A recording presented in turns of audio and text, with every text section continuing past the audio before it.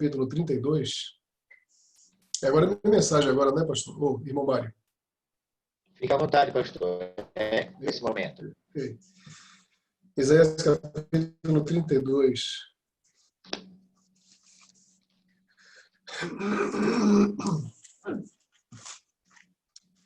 Vamos fazer uma oração para a gente ler o texto sagrado. Querido Deus e Pai, que as palavras dos nossos lábios e o meditar de nosso coração sejam agradáveis na Tua presença. Pedimos em nome de Jesus. Amém. Amém. Em Isaías 32, nós temos aqui um texto que fala sobre o tema que nós trataremos hoje dos eventos finais, que é a herança dos santos, que é o último capítulo, o 20º capítulo dessa jornada que vocês experimentaram. Desculpem. E aí, relacionado com o capítulo de eventos finais, eu quero ler o texto primeiro da Bíblia, de Isaías 32, verso 18. Ele diz assim, Isaías 32, 18, o meu povo habitará em moradas de paz, em moradas bem seguras, e em lugares quietos e tranquilos. O meu povo habitará em moradas de paz, em moradas bem seguras, em lugares quietos e tranquilos. Bem diferente daquilo que vivemos nesse mundo hoje. Um lugar onde não existe paz, onde não temos absolutamente nenhuma segurança, e onde não temos tranquilidade, muito menos quietude. As convulsões, as enfermidades, as pandemias, as algazarras, o lufa-lufa do dia a dia, desse mundo que nós vivemos, ele se contrasta muito com aquilo que o Senhor nos oferece, nos promete daqui a pouco, logo, logo. Capítulo 35 agora, versos 8 e 9. Aqui nós temos uma promessa da futura felicidade de Sião. E aí ele diz aqui no verso 8, 9, o seguinte: e ali haverá bom caminho, caminho que se chamará o caminho santo. O imundo não passará por ele, pois será somente para o seu povo. Quem quer que por ele caminhe não errará, nem mesmo o louco. E o verso 9. Ali não haverá leão, animal feroz, não passará por ele, nem se achará nele, mas os remidos andarão por esse caminho. Louvado seja Deus. Mais um. Agora o capítulo 60 de Isaías, verso 18 ao 21. Diz assim: nunca mais se ouvirá de violência na tua terra, de desolação ou ruínas nos teus limites, mas aos teus muros chamarás salvação e às tuas portas louvor.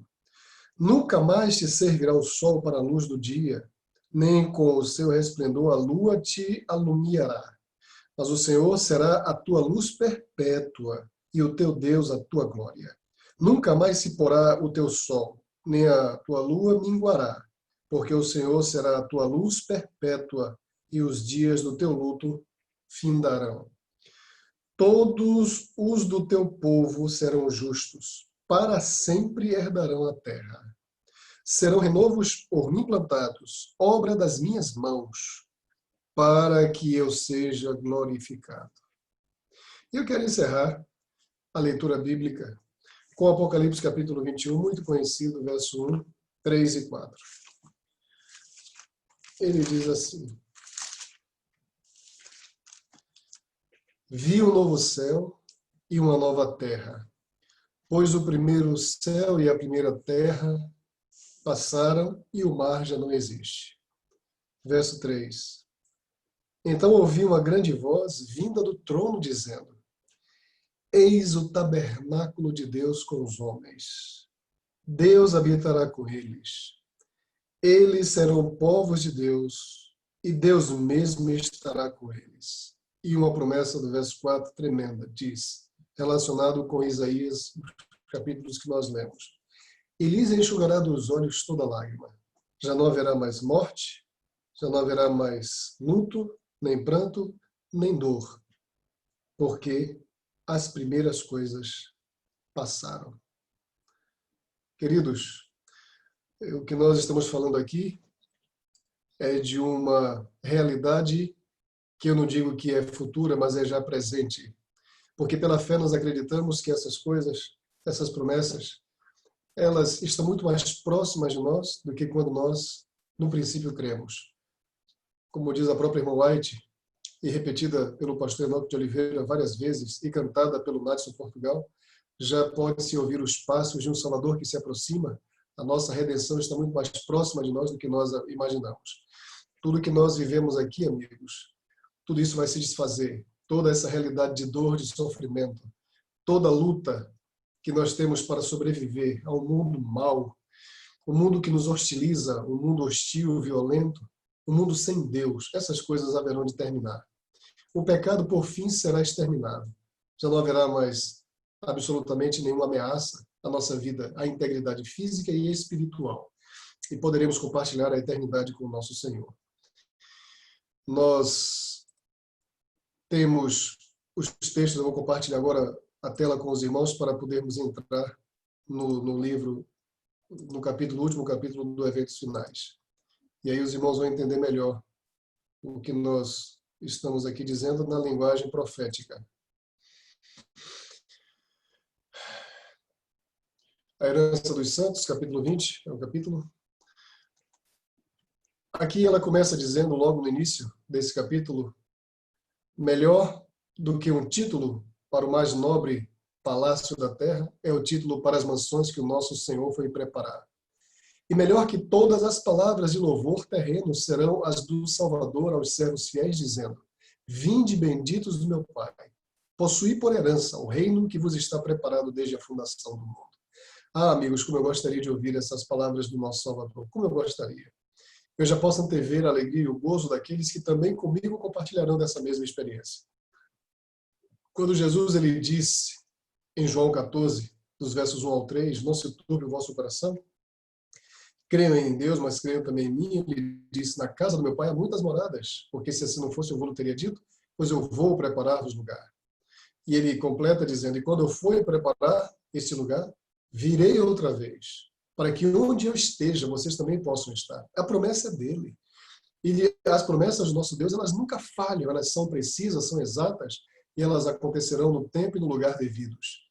Uma outra citação, com relação ao mundo que está por vir, um novo céu, uma nova terra, o grande mestre dá ao homem uma visão do mundo futuro. Trá-lo, haverá de trazê-lo com os seus atraentes bens ao alcance da vista. Se ele pode fixar a mente na vida futura e suas bem-aventuranças, em comparação com os interesses temporais deste mundo, o chocante contraste fica profundamente gravado no espírito, absorvendo o coração e alma e todo o ser. Mas olha o que diz aqui. Se pudermos encontrar-nos com Jesus em paz e ser salvos, salvos para sempre, seremos os mais felizes, estar finalmente no lar em que os ímpios deixam de perturbar e os cansados estão em paz. É verdade. Nós podemos ver numa linguagem mais ampla, mais tocante, né? Assim, o que a Bíblia nos fala sobre uma... Eu não tenho palavras. É como Paulo diz, né? Aquilo que os nossos olhos não viram, aquilo que não veio ao nosso entendimento, aos nossos ouvidos, nem ao nosso coração, é o que Deus está preparando para aqueles que o amam. É difícil nós podermos mensurar, já que nós estamos acostumados com tanta coisa ruim aqui desse mundo, imaginar e tentar retratar a nossa mente, fazer com que imaginemos o que será, é muito pouco, não dá nem para imaginar aquilo que Deus está realmente preparando para nós em contraste com o que nós temos hoje aqui. Mas para aqueles que amam a sua vinda, para aqueles que se preparam para o seu reino. Esse lugar existe, ele não é uma invenção, isso não, para aqueles que ainda duvidam, é melhor trabalhar essa dúvida para que ela desapareça, porque essa é a realidade prometida pelo nosso Salvador. Veja o que diz aqui. O receio de fazer com que a herança futura pareça demasiado material tem levado muitos a espiritualizar as mesmas verdades que nos levam a considerar o nosso lar. Cristo afirmou a seus discípulos haver ido preparar moradas para eles na casa do seu Pai. Para alguns que imaginam, não, isso aí é apenas isso aí é uma linguagem espiritual, nós não vamos habitar em um mar de vidro, né? Aquela cidade com 12 portas, cada uma delas com pérolas, cada porta uma pérola gigante, ruas de ouro. Não, isso aí é materialismo, não existe isso. Isso é uma linguagem figurada. Não, amigos, não é figurada coisa nenhuma. Isso é real. Toda a glória está sendo preparada, não apenas pela presença do nosso próprio Deus, mas o lugar, se aqui essas coisas, as pessoas elas buscam com tanta avidez as riquezas deste mundo, a nossa maior riqueza será a presença do nosso Deus. E essas coisas, ruas de ouro, isso não é o que nos importa. O que nos importa é o brilho que vem do trono, aquilo que vem da glória do nosso Senhor Jesus. Os nossos corações não estarão mais cobertos de cobiça, né, com os prazeres que nos cercam nessa vida, que nos impressiona e até nos ilude, até poderíamos dizer. Não, a nossa alegria vai ser ver a glória indescritível do nosso Deus. E aí ela diz assim, a linguagem ela é demasiadamente fraca para tentar uma descrição do céu. Apresentando-se diante de mim, diz a Sr. White, aquela cena, fico inteiramente absorta, enlevada pelo insuperável esplendor e excelente glória. Deponho a pena, ela diz, baixo a minha caneta e digo, oh, que amor maravilhoso. A linguagem mais exaltada não consegue descrever a glória do céu ou as profundidades incomparáveis do amor de um Salvador. Realmente, ela que em visão esteve lá, ela não conseguia nem contar e nem compartilhar de uma forma mais profunda, mais clara e evidente o que é a glória que nos está sendo preparada. Vejam só a realidade física desse ambiente. Torrentes ali existem, sempre a fluir. Claras as águas como cristal, e ao lado delas, imagina, vamos tentar imaginar, árvores ondeantes projetam a sua sombra sobre as veredas preparadas para os resgatados do Senhor. Ali, as extensas planícies avultam em colinas de beleza, e as montanhas de Deus erguem seus altivos píncaros nessas pacíficas planícies, ao lado daquelas correntes vivas, o povo de Deus, durante tanto tempo peregrino e errante, encontrará um lar. A linguagem transmite muita paz, né? Um ambiente de muita quietude, de muito brilho, de muita beleza, insuperáveis. Vi outro campo repleto de todas as espécies de flores, e quando as apanhei, exclamei, elas nunca murcharão. Em seguida vi um campo de relva alva, cujo belíssimo aspecto causava admiração. Era uma vegetação viva, e tinha reflexos de prata e ouro quando magnificamente se agitavam para a glória do Rei Jesus. Entramos, então, num campo cheio de todas as espécies de animais. E aí, veja, o texto que nós lemos de Isaías, capítulo 35. Né? O leão, o cordeiro, o leopardo, o lobo, todos juntos em perfeita união. Passamos pelo meio deles e pacificamente nos acompanharam. É impressionante, né? Não tem mais absolutamente nenhuma evidência de pecado, não tem mais nada. Não há mais ira, nem nos animais, nem nada. O ambiente todo é pacífico, porque o pecado já não existe mais. Todo o ambiente retrata a presença do Senhor, da sua glória e da harmonia perfeita que existia no Éden. Da forma como foi criado o Éden, ele será restaurado. Essa terra será o Éden recriado. Um ambiente de harmonia, de paz, segurança, muita tranquilidade. Era assim que Deus gostaria de ver o mundo antes da sua queda.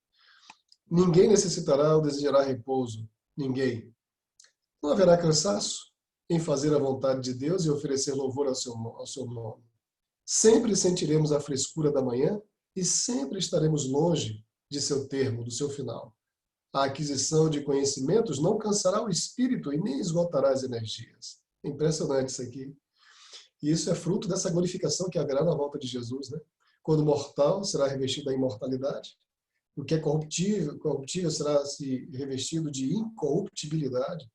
Não haverá mais nenhuma necessidade de cansaço, não haverá absolutamente nenhuma diminuição do vigor. Nós não nos cansaremos em fazer aquilo. E outra, tudo que nós estamos fazendo aqui é preparo para o que faremos lá. A nossa consagração aqui continuará lá da mesma forma. O louvor que nós prestamos a Deus aqui será realizado lá. A adoração que fazemos aqui, faremos lá. Por isso, que não se acostumar com a oração, que não se acostumar com o louvor, que não se acostumar com a adoração, não vai ter um lugar no céu. Nós estaremos continuamente louvando e bendizendo o nosso Deus. Claro, teremos as nossas atividades. E que atividades serão essas, irmãos? Imagina aí, cada um no seu espaço, sem muros, cada um vivendo no ambiente da eternidade onde hoje os anjos habitam. Imagina o que será viver num ambiente perfeito. Imagina depois de 1000 anos, quando nós seremos mudados novamente para a terra, e a Bíblia dizer, como nós vimos em Apocalipse 21, um novo céu, uma nova terra, porque serão um, porque Deus mudará o seu trono para a terra, como nós lemos em Apocalipse 21, no verso 3, que diz, eis o tabernáculo de Deus com os homens, Deus habitará no meio deles. Ou seja, quando João diz, eu vi o novo céu e a nova terra, ele diz, eis o tabernáculo de Deus com os homens. A terra será o trono do universo, o centro do universo. Daqui o nosso Deus regerá o universo. Veja o que Deus está intentando fazer como ato final do plano da redenção. O que ele oferece àqueles que serão salvos. É algo que as palavras realmente não conseguem explicar. É muito mais completo e complexo do que a nossa mente pode conceber. A nossa felicidade estará assegurada. Homens há hoje que expressam a crença de que haverá casamentos e nascimentos na nova terra. Isso aqui é importante. Os que creem nas Escrituras não podem admitir tais doutrinas, ou seja, haverá casamentos e nascimentos na nova terra. A irmã White diz aqui, os que creem nas Escrituras não podem admitir tais doutrinas. Essa é uma resposta para muitos que perguntam, vai casar? No céu vai ter casamento? Como vai ter casamento? O Espírito de Profecia disse que não haverá. A doutrina de que nascerão filhos na nova terra não constitui parte da firme palavra da profecia. Então também não haverá nascimento. Então essa é uma resposta importante para as dúvidas de alguns que imaginam que no céu a forma de vida será a mesma aqui de baixo. Não será. Será diferente. Até porque, no princípio da criação, o casamento e a procriação ela foi estabelecida para que a raça humana pudesse ter o seu espaço e crescesse. Mas, na nova ordem de coisas que Deus fará com esse novo céu e nova terra, as coisas serão um pouco diferentes.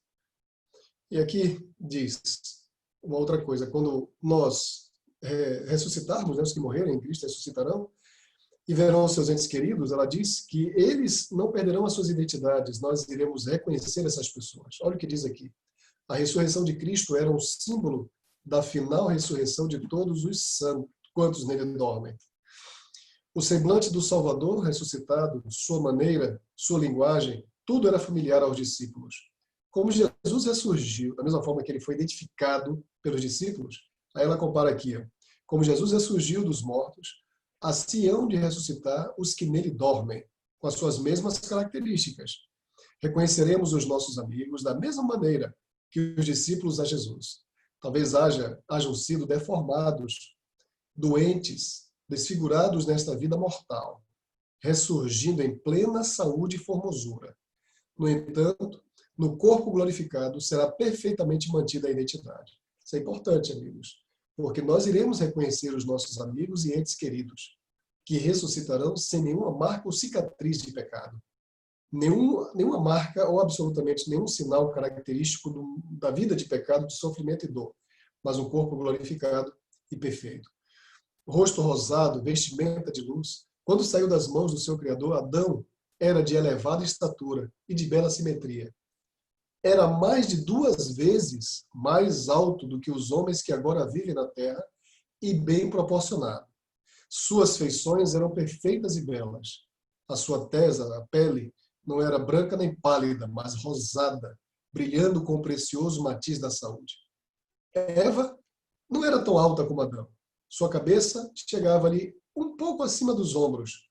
Ela também era nobre, de perfeita simetria e muito bela. Imagina o nosso encontro com Adão e Eva.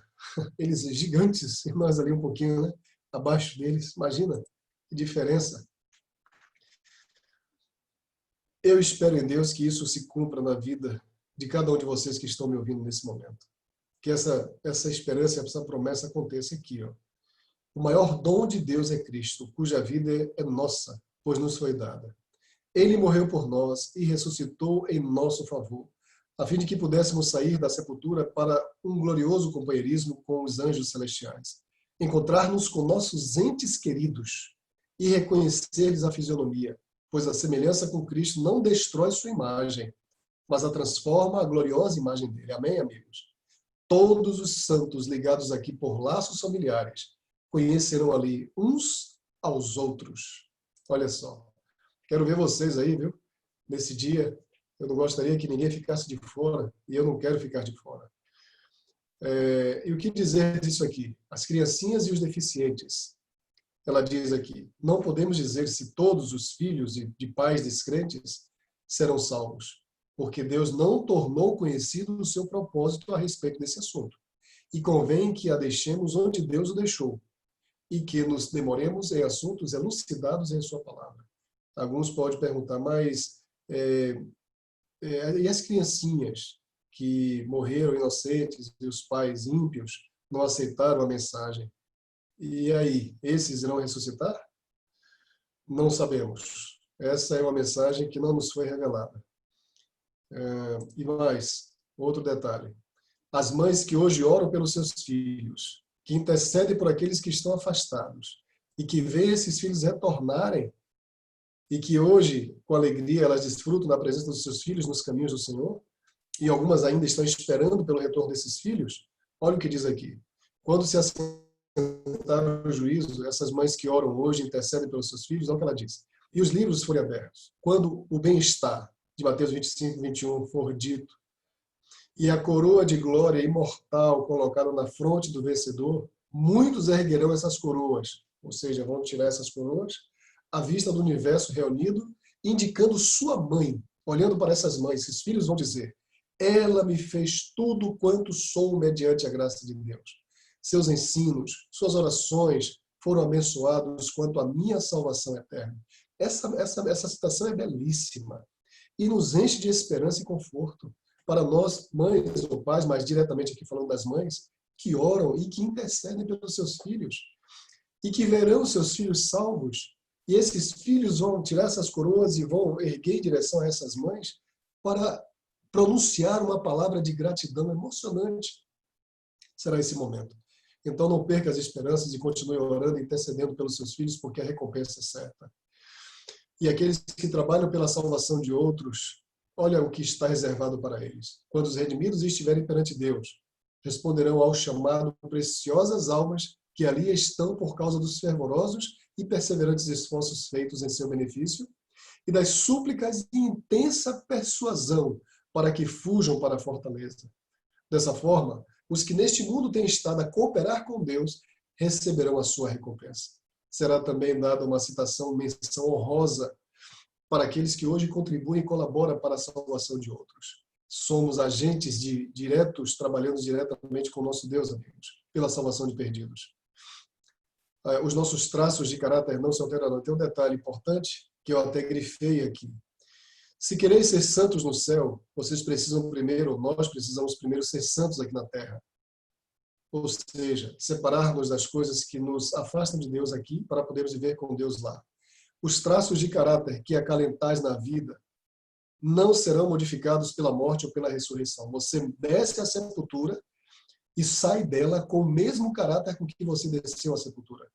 Saireis da sepultura com a mesma disposição que manifestastes em vosso lar e na sociedade. Jesus não altera, olha só essa citação, Jesus não altera o caráter em sua vinda. A obra de transformação tem de ser efetuada agora. Nossa vida diária está determinando o nosso destino. Meus amigos, quando eu li essa citação, eu tremi de preocupação.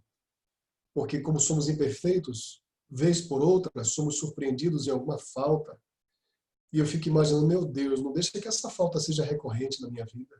Porque é o meu caráter que está em jogo. É o que será levado para o céu que está em jogo.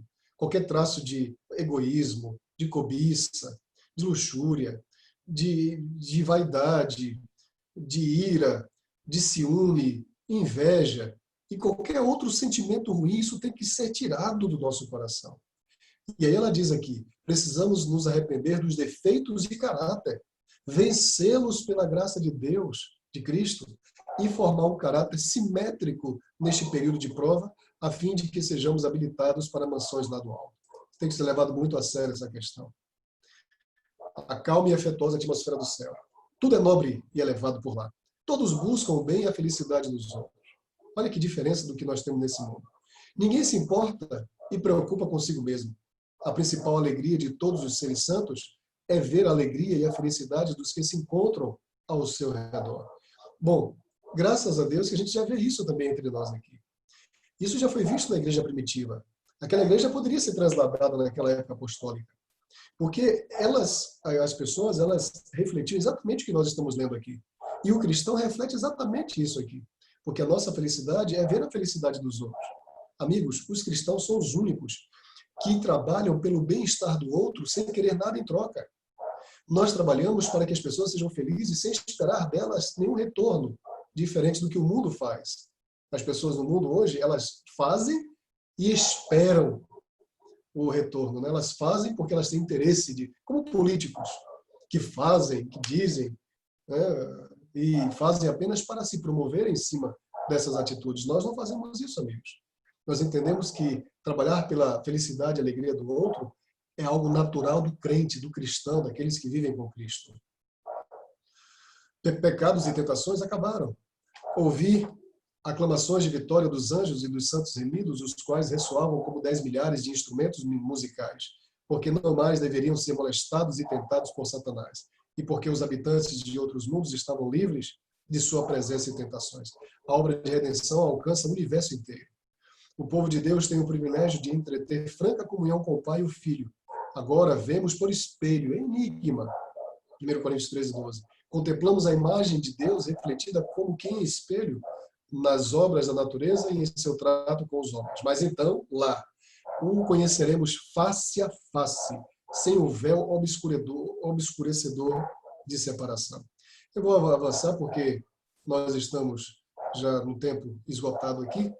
Então vejam, todo remido compreenderá o serviço dos anjos em sua própria vida. Que maravilha será entreter conversa com o anjo, aquele anjo que nos acompanhou durante toda a nossa vida, que vigiou os nossos passos, cobriu a cabeça no dia do perigo, que com ele esteve no vale da sombra da morte, que nos acompanhou, que assinalou o seu lugar, o nosso lugar, aqueles que forem repousar o sono, né, dos justos, que foi o primeiro a estar com você na ressurreição, dele aprender a história da interposição divina na vida individual e da cooperação celeste em toda a obra em prol da humanidade. O Filho do Homem, aqui dando testemunho a seres não caídos. O Filho do Homem não veio para ser servido, mas para servir. A obra de Cristo neste mundo é sua obra nos céus.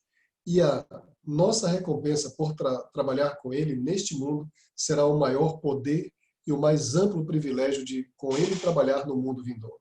Vós sois as minhas testemunhas, diz Deus. Eu sou Deus. Isaías 48:12. E isso também seremos na eternidade, amigos. Bom, há um anjo que dirige sempre, o qual toca primeiro a harpa a fim de dar o tom. Depois, todos se juntam na majestosa e perfeita música do céu. Ela é indescritível, melodia celestial divina. Quem não sabe tocar instrumento aqui, vai pelo menos aprender a tocar harpa no céu. Você vai tocar a sua harpa junto com os anjos. Eu vou avançar aqui para uma última. Aqui é eu vou voltar a essa citação aqui, porque quando fala sobre algumas dúvidas que podem rondar a nossa mente, tudo quanto nos tem confundido acerca das providências de Deus será esclarecido no mundo vindouro. Naquilo em que a nossa mente só via confusão e promessas desfeitas, veremos a mais perfeita e bela harmonia. Saberemos que o amor infinito dispôs a experiências que nos pareciam as mais difíceis. A gente não sabia respostas que nós não tínhamos. Ao reconhecermos o terno cuidado daquele que faz todas as coisas contribuírem para o nosso bem, regozijar-nos-emos com júbilo inexprimível e repleto de glória. Nós não sabemos o porquê das coisas acontecerem da forma como acontecem, mas nós teremos uma resposta no céu. Eu gostaria então de ir aqui para o último slide. Deixa eu avançar. aqui. O grande conflito, essa aqui é uma citação que também existe no grande conflito. E é o meu desejo, amigos, é o meu sonho, minha expectativa maior, quando esse pequeno parágrafo ele encontrar o seu cumprimento. Ellen White diz, o grande conflito terminou. Pecado e pecadores não mais existem. O universo inteiro está purificado. Uma única palpitação de harmonioso júbilo vibra por toda a vasta criação. Daquele que tudo criou, emanam vida, luz e alegria por todos os domínios do espaço infinito. Desde o minúsculo átomo até o maior dos mundos, todas as coisas, animadas e inanimadas, em sua serena beleza e perfeito gozo, declaram que Deus é amor. Que Deus nos abençoe, a mim e a você, e nos ajude a nos prepararmos devidamente para esse grande encontro com o nosso Senhor Jesus Cristo. Meu desejo, minha oração, e que em nome de Jesus nós preservemos o que nós temos recebido a cada dia e não vamos perder o nosso lugar no céu. É o meu desejo e a minha oração para vocês, em nome de Jesus. Amém. De participar com vocês outras vezes, para mim será um prazer compartilhar e vocês vão entrar num tema que gosto muito, que é o tema de saúde. É uma área que eu sou muito aficionado por ela e gostaria de participar com vocês também. Quero deixar meu abraço aqui a todos, em especial ao meu amigo Pastor Robson, amigo de algumas viagens, de algumas aventuras. Forte abraço, Pastor Robson. Espero em Deus que, se ele me permitir, poder encontrá-lo ainda antes da volta de Jesus, aí para a gente poder ter um momento presencial. Amigos, quero, antes de orar, deixar uma última mensagem aqui. É uma bênção. O apóstolo Paulo, lá no livro de 2 Coríntios, capítulo 13, ele diz: a graça do Senhor Jesus Cristo, o amor de Deus o Pai e a comunhão do Espírito Santo sejam com todos vós. É o meu desejo realmente. Vamos orar. Querido Deus e Pai, obrigado porque a Tua luz ela tem brilhado em nossa vida, nos ensinado o caminho seguro por onde devemos andar. Que o Senhor permaneça com os teus filhos que de madrugada te buscam. Meu Deus, quantos milagres! Quantas coisas estão acontecendo de bom na vida dessas pessoas e de outras por quem elas têm orado. Essa é a ferramenta mais poderosa que nós temos em nosso favor. É a arma mais poderosa. É a oração. Que quando a fazemos, faz com que os demônios tremam. Faz com que o diabo se afaste. Ó Deus, que possamos orar mais, estarmos em oração, como diz a tua serva, que a oração não faz Deus descer a nós, mas nos eleva até Ele, nos coloca na presença dEle. E na presença do Senhor estaremos seguros. Nos dê um sábado muito feliz. Temos a certeza de que será um sábado abençoado, porque nas primeiras horas do dia, nós já buscamos ao Senhor da forma como nós estamos buscando. Abençoe a cada família, seus motivos de oração, as buscas que eles têm feito, que todos encontrem aquilo que estão buscando. Oro por aqueles que estão enfermos, aqueles que estão afastados. Os que estão enfermos na carne e no espírito, que o Senhor visite e opere uma obra na vida dessas pessoas. Fica conosco, nos dê um dia muito feliz, feliz mesmo, como é todo sábado. Nós te rogamos, agradecidos, em nome de Jesus. Amém. Amém.